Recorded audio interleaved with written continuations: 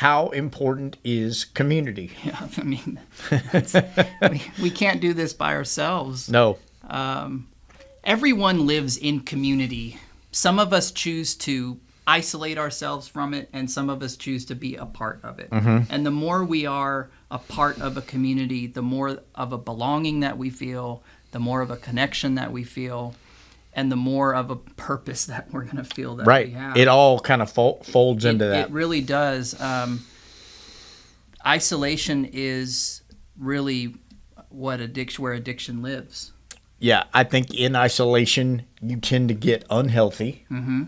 I think you tend to get very cluttered in where you live, so your home becomes very disorganized because you're just you ever see Hoarders, that show? Oh, my gosh. You talk about isolation. I think if you're by yourself, you're never going to find your true purpose. You can't. You know?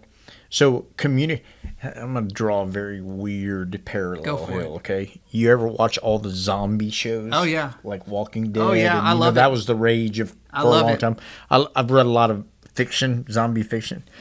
Guess what the number one thing is that they all do in there to be successful after the zombie apocalypse happens? Well, they get together, Find right? community. But that's why those shows resonate with people more than just monster shows. But because it's a human show nature. about the dynamic of people coming together and trying to figure it out. Under incredible stress. Right. The zombies are just part of it over here. Most of the time, they're dealing with the crazy regular people. Well, yeah. And what they do. Zombie every once in a while will just walk up and they hit him in the head with a hammer. It's more about each other. It is. It's all about each other. Community is where recovery lives. This is why fellowships have sprouted up and have become successful. This is why treatment centers are in community.